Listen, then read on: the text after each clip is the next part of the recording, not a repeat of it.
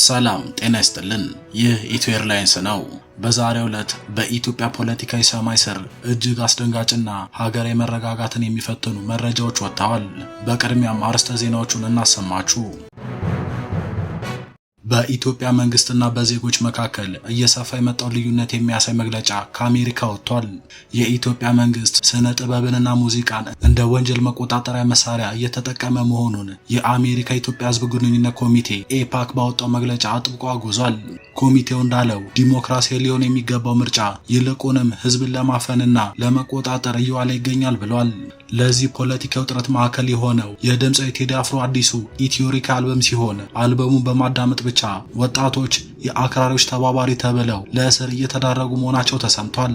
በአማራ ክልል የቀጠለው ጦርነት እንዲሁም በትግራይና በኦሮሚያ ያለው አለመረጋጋት ሀገሪቱን እየደቆሰ ባለበት በዚህ ወቅት መንግስት በገዛ ህዝቡ ድምፅ የተሸበረ ይመስላል።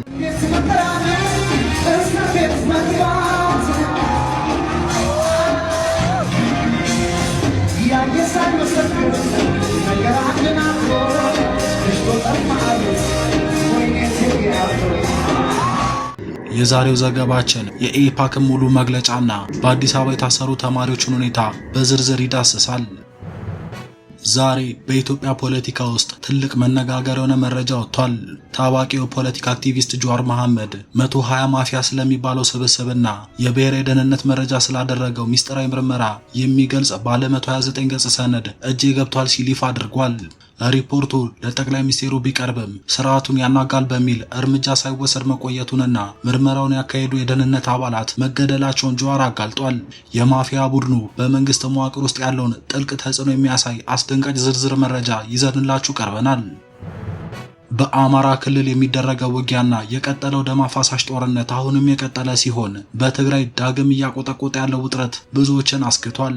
በወሎ ግንባር በተደረጉ ተከታታይ ውጊያዎች ፋኖን ለማጽዳት የገቡ የሁለት ኮሎኔሎች ጦር በቁጥር ከፍተኛ የሆነ ወታደራዊና ሰብአዊ ኪሳራ ማስተናገዱ ተሰምቷል። በቦረና ሳይንትና በአምባሰል ተራሮች የተደረጉት ድንገተኛ ጥቃቶች የምርጫ ቅስቀሳዎችን ያቋረጡ ሲሆን የፋኖ ኃይሎች በቁጥር ያልታወቁ የመንግስት ታጣቂዎችን ሙትና ቁስለኛ ማድረጋቸውንና በርካታ የቡድን መሳሪያዎችን መማረካቸውን ገልጸዋል። በሌላ በኩል በትግራይ ፖለቲካ ውስጥ ህወሓት የቀድሞ የክልሉ ምክር ቤት ወደ ስራ ይመለስ የሚል ውሳኔ በማሳለፉ በፌዴራል መንግስቱና በክልሉ መካከል አዲስ የጦርነት ስጋት መጋረጡ ተነግሯል። አቶ ጌታቸው ረዳ ይህ እርምጃ የፕሪቶሪያን ስምምነት የሚያፈርስ ነው ሲሉ አስጠንቅቀዋል።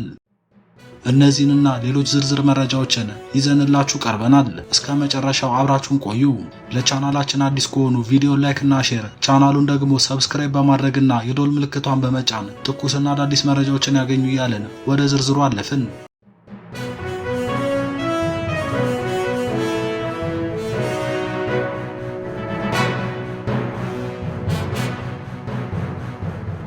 ዛሬ በዋና ዜናችን የምንጀምረው በኢትዮጵያ መንግስትና በዜጎች መካከል እየሰፋ የመጣው ልዩነት በሚያሳይ ዘገባ ይሆናል።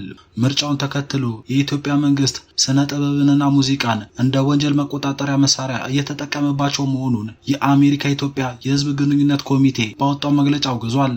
ኮሚቴው ባወጣው ይፋዊ መግለጫ ዲሞክራሲያዊ ሊሆን የሚገባው ምርጫ ይልቁንም ህዝብን ለማፈንና ለመቆጣጠር እየዋለ መሆኑን ገልጿል። መንግስት ሀገራዊ መረጋጋት አለ ብሎ ለማሳየት ቢሞክርም በመሬት ላይ ያለው እውነት ግን የፍርሃትና የጭቆና ድባብ መሆኑን ኮሚቴው ይገልጻል። ይህ ሁኔታ እየተከሰተ ያለው በአማራ ክልል በመንግስት የተጀመረው ጦርነት እንዲሁም በትግራይና በኦሮሚያ ክልሎች ውስጥ የቀጠሉ ግጭቶች ሀገሪቱን እየደቆሱ ባሉበት ወቅት ነው ብሏል። ለዚህ ባህላዊና ፖለቲካ ውጥረት ማዕከል የሆነው ደግሞ የድምፃዊ ቴዲ አፍሮ አዲሱ ኢትዮሪካ የተሰኘ አልበም ነው። አልበሙ በተለቀቀ በ48 ሰዓት ውስጥ ብቻ 45 ሚሊዮን እይታዎችን በማግኘት አስገራሚ ስኬት አስመዝግቧል። በተለይም ዳስጣል የተሰኘው ዘፈን በ9 ሚሊዮን ሰዎች ተጎብኝቷል። ይህ ቁጥር ለሙዚቃው ኢንዱስትሪ ስኬት ብቻ ሳይሆን የህዝቡን ጥልቅ የልብ ትርታ የሚያሳይ ነው ተብሏል። ሆኖም ይህ የህዝብ ድምጽ ለባለስልጣናት ስጋት ሆኖባቸዋል። መንግስት አልበሙን ወጣቶችን ለማሰር እንደ ሰበብ እየተጠቀመበት መሆኑን ሪፖርቶች ይጠቁማሉ። ኮሚቴው ላብነት የጠቀሰው በአዲስ አበባ የአንድ የ12ኛ ክፍል ተማሪን ሁኔታ ነው። ይህች ተማሪ ሙዚቃውን በማዳመጧ ብቻ ታስራ የአክራሪዎች ተባባሪ ተብላ ተፈርጃለች። በተጨማሪም ከ100 በላይ ተማሪዎች ሙዚቃውን በማዳመጣቸው ብቻ ምርጫውን ተቃውመዋል በሚል ታስረው ምስላቸው በይፋ እንዲሰራጭ ተደርጓል። ይህ ድርጊት መንግስት ጥንካሬውን ሳይሆን በራሱ በራሱ ህዝብና በድምጾች ውስጥ ባለው እውነት መሸበሩን የሚያሳይ ነው ሲል ኮሚቴው ይገልጻል። ኮሚቴው በግልጽ እንዳስተላለፈው እንዲህ ባለው ጭቆና ፊት ዝምታ መምረጥ ገለልተኝነት ሳይሆን የጥፋቱ ተባባሪ መሆን ያለ ሲሆን የሺህ ዓመታት ታሪክ ያላት ሀገር በክብርና በእውነተኛ ዲሞክራሲ ቅቡልነት ላይ የተመሰረተ አስተዳደር ይገባታል ያለ ሲሆን ዓለም ሁኔታውን በትኩረት እንዲከታተል የጠየቀው ኮሚቴው የኢትዮጵያ ህዝብ ወደፊት ዕጣ ፈንታውም ያለምንም የባህልና የሥነ ጥበብ አፈና ራሱ መወሰን እንዳለበት አሳስቧል። ዛሬ በኢትዮጵያ ፖለቲካ ውስጥ ትልቅ መነጋገር የሆነ መረጃ ወጥቷል። ታዋቂው የፖለቲካ አክቲቪስት ጀዋር መሐመድ 120 ማፊያ ስለሚባለው ስብስብና የብሔራዊ መረጃና ደህንነት መስሪያ ቤት ስላደረገው ሚስጥራዊ ምርመራ የሚገልጽ ሰነድ እጄ ገብቷል ሲል ይፋ አድርጓል። እንደ ጀዋር ገለጻ የ120 ማፊያ ስብስብ እንቅስቃሴ የሀገሪቱን ጸጥታ እያወከ በመሆኑ የስለላ መስሪያ ቤቱ ለ6 ወራት የፈጀ ጥልቅ ምርመራ አድርጎ ነበር ያለ ሲሆን ይህ በ129 ገጾች የተቀነባበረው ሪፖርት የፎቶ፣ የድምጽ፣ የቪዲዮ፣ የባንክ ዝውውርና የጉዞ መረጃዎችን እንደ ማስረጃ ይዟል ብሏል። ይህ ሪፖርት ጥር 11 ቀን 2015 ዓ.ም ለደህንነት መስሪያ ቤቱ የበላይ አመራሮች ቀርቧል ያለው ጀዋር ሪፖርቱ በየካቲት 2015 ዓ.ም ለጠቅላይ ሚኒስትሩ ደርሷል ብሏል። እንደ ጀዋር ገለጻ ጠቅላይ ሚኒስትሩም የስለላ ድርጅቱን አመራርና የተወሰኑ የብሔራዊ ደህንነት ካውንስል አባላትን ሰብስበው በሪፖርቱ ላይ ከተወያዩ በኋላ ሪፖርቱ ትክክል መሆኑ ታምኖበት ነገር ግን መንግስት እርምጃ ቢወስድ ስርዓቱን በከፍተኛ ሁኔታ በማናጋት ለአደጋ ያጋልጣል ተብሎ ለጊዜው እንዲቆይ ተወስኗል በማለት አጋልጧል። ይህ ማለት መንግስት ከጥቅሙ ይልቅ ህልውናውን መርጧል ማለት ነው ሲልም ጀዋር ተችቷል። አሳዛኙ ዜና ደግሞ ከዚህ በኋላ ይህንን ምርመራ ያካሄዱ የደህንነት አባላት የደረሰባቸው ጥቃት ነው ያለው ጀዋር አባላቱ ከመንግስት በተሰጠ ትዕዛዝ በሌሎች የመንግስት ኃይሎች አንድ ባንድ ተለቅመው ተገድለዋል፣ ታስረዋል፣ የተረፉት ደግሞ ወደ ውጭ ሀገር ተሰደዋል። ይህ የሚያሳየው የማፊያ ቡድኑ በመንግስት መዋቅር ውስጥ ያለውን ጥልቅ ተጽዕኖ ነው ሲልም ገልጿል። ጀዋር መሐመድ የጥናቱ ሪፖርት በእጁ እንደሚገኝ አረጋግጧል። ለምንጮች ደህንነት ሲባል ሙሉን ባያወጣውም የቡድኑን መዋቅርና አመራር በቅርቡ ለህዝብ ይፋ እንደሚያደርግ ቃል ገብቷል። በአማራ ክልል እየተደረገ ያለው ጦርነትና እየተፈጸሙ ያሉት ድንገተኛ ጥቃቶች ከባድ ሰብአዊ፣ ቁሳዊና ወታደራዊ ኪሳራ ያደረሱ ዛሬም ቀጥለዋል። በክልሉ በቀጠለው ጦርነት በወሎ ቀጠና በርከት ያሉ ዘመቻዎች መደረጋቸው የተሰማ ሲሆን የፋኖ ኃይሎች በምዕራብ ወሎ ባደረጉት ውጊያ 2 የመንግስት ኮሎኔሎች ፋኖን እናጸዳለን በሚል ይዘውት የገቡት አንድ ሻምበል አድማ ብተና ጨምሮ የሬጅመንቶች ኃይል ማለቁ ተገልጿል።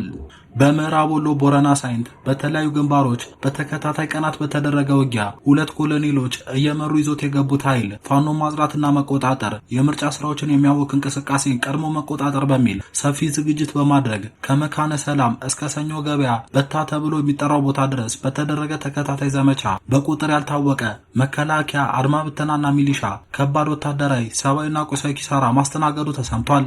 በተለይ በታሰኞ ገበያ ተብሎ በሚጠራው ቦታ በተደረገ ውጊያም የፋኖ ኃይሎች የነፍስ ወከፍ የቡድን መሳሪያዎች፣ ተተኳሽ እንዲሁም ደግሞ የእጅ ቦምቦችን መማረካቸውን የገለጹ ሲሆን በተጨማሪም ወታደራዊና አንዳንድ የቡድን መሳሪያዎች በውጊያው እንደወደሙ ገልጸዋል። ይህንን በተመለከተ ፋኖን ለማጽዳት ምርጫ ለማድረግ በሚል ኮሎኔል ተስፋዬና ኮሎኔል ዘላለም ይዘውት ከገቡት ኃይል አብዛኛው ብርቱ ጉዳት ደርሶበታል የተባለ ሲሆን የጉዳት ሁኔታዎችን በተመለከተ በፋኖ በኩል የወጣው ሪፖርት ደግሞ ቢያንስ 300 ሚሊሻና አድማ ብተና እንዲሁም የመከላከያ ኃይል ሙትና ቁስለኛ ሆኗል፣ ካልሆነም ተበትኗል፣ ቀሪው ደግሞ እጅ ሰጥቷል ሲሉ ነው አሃዛዊ መረጃዎችን ጠቅሰው የገለጹት። አምባሰል ተራሮች በተደረገ ውጊያ ከባድ ጉዳት መድረሱ የተገለጸ ሲሆን በቡድን መሳሪያዎች ታግዞ በተደረገ ውጊያም የደረሰው ጉዳት በውል አልታወቀም ተብሏል። ውጊያው የተቀሰቀሰው ወደ አምባሰል ተራሮች ከአበትና ድብል በሞርተርና በድሽቃ ሽፋን እየሰጠ እግረኛ ኃይል መንቀሳቀሱንና መግባቱን ተከትሎ ነው ያሉት የአካባቢው መረጃ ምንጮች። በውጊያው የደረሰው ጉዳት ያልታወቀም ተጨማሪ እግረኛ ኃይልም ከውጪና አካባቢው ዛሬም ወደ አካባቢው እንቅስቃሴ እያደረገ ነው ሲሉም አክለው ገልጸዋል። በዚህ በአምባሰል ተራሮች ምስራቅና ሰሜን ምስራቅ አቅጣጫ ወረባቦ ለምርጫ ሲንቀሳቀስ የነበረ የአካባቢው ባለስልጣናትን አጀቡ የነበረ ሚሊሻ አባላት ላይ የፋኖ ኃይሎች ድንገተኛ ጥቃት ከፍተው ከፍተኛ ጉዳት መድረሱ ተገልጿል። በሚሊሻ አባላት ላይ በደረሰው ጉዳት የአካባቢው ባለስልጣናት ተደናግጠው የምርጫ ቅስቀሳቸውን አቋርጠው ቁስለኞችንና አስክሬኖችን ይዘው ወጥተዋል የተባለ ሲሆን ኤጀርሳና ሎሌ ተብሎ በሚጠሩ በሁለት ቦታዎች በተፈጸመው ድንገተኛ ጥቃትም መሪውን ጨምሮ ቁጥራቸው ያልታወቀ የሚሊሻ አባላት ሙትና ቁስለኛ እንደሆኑና ጥቃቱ በቡድን መሳሪያዎች የተፈጸመ እንደነበር የመረጃ ምንጮቹ ገልጸዋል። ጥቃቱን የፈጸሙት የፋኖ ኃይሎችም ሚሊሻው አካባቢውን ለቆ ሲወጣ አካባቢው መልሰው እንደተቆጣጠሩ ተነግሯል። በተያያዘም ሰሜን ወሎ መቄ ወረዳ ሰርኮ በተባለ ቦታ በሌሊት ፋኖን ከበባ ውስጥ ለማስገባት ከተንቀሳቀሰ የመከላከያ ሚሊሻና አድማ ብተና ጋር ውጊያ መደረጉ የተሰማ ሲሆን በውጊያውም ፋኖ ከበባው ሰብሮ እንደወጣና ሆኖም የደረሰው ጉዳት በዝርዝር እንዳልታወቀ ተገልጿል። በመጨረሻም የትግራይ ፖለቲካ ከዕለት ወደ ዕለት ሽኩቻዎችንና ውጥረቶችን እያስተናገደ የማይቀለበስ ደረጃ ላይ መድረሱ ተገለጸ። በትላንትናው ዕለት በአክሱም የነበረውን አጠቃላይ ስብሰባ በተመለከተ የህወሓት ማዕከላዊ ኮሚቴ መግለጫ አውጥቷል። ህዝባዊ ወያኔ ሓርነት ትግራይ ህወሓት በትግራይ ክልል ከ6 ዓመታት በፊት በተካሄደው ምርጫ የተመረጡ የክልሉ ምክር ቤት ወደ ስራ እንዲመለስ ውሳኔ አስተላልፏል። ፓርቲው የትግራይ መንግስት አስፈጻሚ አካል ሁሉንም አቅሞች ያካተተና አቃፊ ሆኖ እንዲቋቋም ወስኗል ተብሏል። ምክር ቤቱ ከተመለሰ በኋላ በትግራይ ክልል ጊዜያዊ አስተዳደር የሚመራው የክልሉ አስፈጻሚ አካል አቃፊ ሆኖ እንዲቋቋም መግባባት ላይ መደረሱንም ገልጿል። ካለፈው ሳምንት ሐሙስ ጀምሮ የማዕከላዊ ኮሚቴ ስብሰባ ሲያካሄድ የነበረው ህወሓት ውሳኔን ያስታወቀው እሁድ ሚያዝያ 11 ምሽት ባወጣው መግለጫ ላይ ነው። ባለ 3 ገጹ መግለጫ የፌዴራል መንግስት በመጋቢት መጨረሻ የተጠናቀቀውን የትግራይ ጊዜያዊ አስተዳደር የቆይታ ጊዜ ያለ ህወሓት ተሳትፎ ማራዘሙን ይቃወማል። ጠቅላይ ሚኒስትር አብይ አህመድ ካለፈው ዓመት አጋማሽ ጀምሮ የትግራይ ጊዜያዊ አስተዳደርን በፕሬዝዳንትነት ሲመሩ የቆዩት ሌተናል ጀነራል ታደሰ ወረደ የስልጣን ቆይታ ጊዜያቸውን ከሚያዝያ 1 ጀምሮ ለ1 ዓመት እንዲራዘም መወሰናቸው ይታወሳል። የህወሓት ማዕከላዊ ኮሚቴ ይህ እርምጃ የፕሪቶሪያን ስምምነት የጣሰ ከድርጅታችን እውቅና ውጭ የተላለፈና የተናጠል ውሳኔ ሲል ተቃውሞታል። የጊዜያዊ አስተዳደሩ ቆይታው የተራዘመው ከፕሪቶሪያ ስምምነት በፊት የወጣን ህግ በመጥቀስ እንደሆነ በመግለጽ ተችቷል። የፌዴራል መንግስት የፕሪቶሪያን ስምምነት ሙሉ በሙሉ በሚኒድ መልኩ የትግራይ ህዝብ ራሱን በራሱ እንዲያስተዳድር ለማድረግ እየተንቀሳቀሰ ነው ሲልም ከሷል። ወደ ትግራይ ክልል መላክ የነበረበት የድጎማ በጀት መቋረጡን የጠቀሰው ህወሓት በአጠቃላይ በትግራይ ላይ ዳግም እገዳና ከበባ በማድረግ የጦር መሳሪያና ሜካናይዝድ አቅሙን ወደ ትግራይ በማስጠቃት ዳግም ጦርነት ለመክፈት ዝግጅት እያደረገ ነው ሲል የፌዴራል መንግስቱን ወንጅሏል። በእነዚህ እርምጃዎች የተነሳም ለትግራይ ህዝብ ህልውናና ደህንነት አደገኛ ሁኔታ እንደተፈጠረ ገልጿል። የድርጅቱ ማዕከላዊ ኮሚቴ የፕሪቶሪያ ስምምነት አፈጻጸምና ወቅታዊ ሁኔታዎችን በጥልቀት መገምገሙን የጠቀሰው መግለጫው በዚህ መነሻነት የቀድሞ የትግራይ መንግስት ምክር ቤት እንዲመለስ መወሰኑን አስታውቋል። ይህንን የህወሓት ማዕከላዊ ኮሚቴ ውሳኔ በተመለከተ እስካሁን ድረስ ከፌዴራል መንግስትም ሆነ ከትግራይ ጊዜያዊ አስተዳደር በኩል የተሰጠ ይፋዊ አስተያየት የለም።